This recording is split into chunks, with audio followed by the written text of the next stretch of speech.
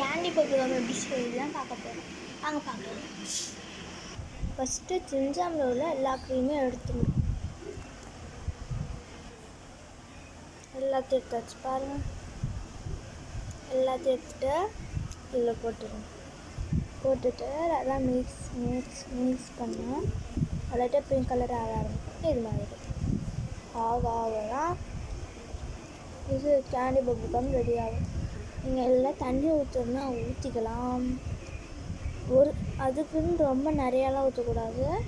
எத்தனை பிஸ்கெட் போடுறீங்களோ அத்தனை சொட்டு விட்டால் கொஞ்சம் பப்ளிகம் கொஞ்சம் வாட்டர் ஸ்டேஜ் மாதிரி வரும், வாட்டர் கலந்த மாதிரி வரும், இல்லாட்டி நார்மலாக வரும். அதாவது சாதாரண பப்ளிகம் தண்ணியில் போட்டு பெனஞ்சா எப்படி இருக்குமோ அது மாதிரி தண்ணி ஊற்றினீங்கன்னா வரும். இல்லாட்டி தண்ணி ஊற்றாமல் பெனஞ்சா எப்படி வருமோ அது மாதிரி இது வரும். தண்ணி ஊற்றாமல் நான் தண்ணி ஊற்றாமல் பெனஞ்சுக்கிறேன்.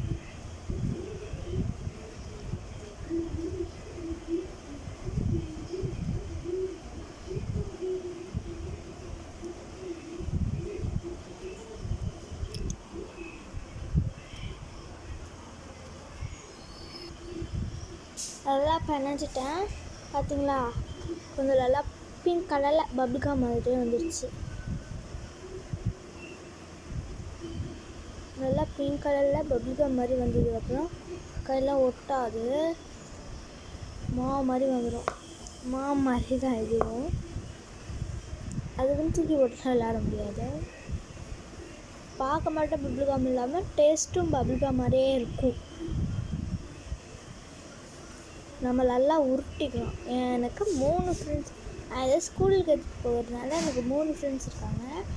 அவங்களுக்கு நான் 3ஆக பிரித்து கொடுப்பேன். அதனால் நான் இதை 3ஆக உருட்டிக்கிறேன்.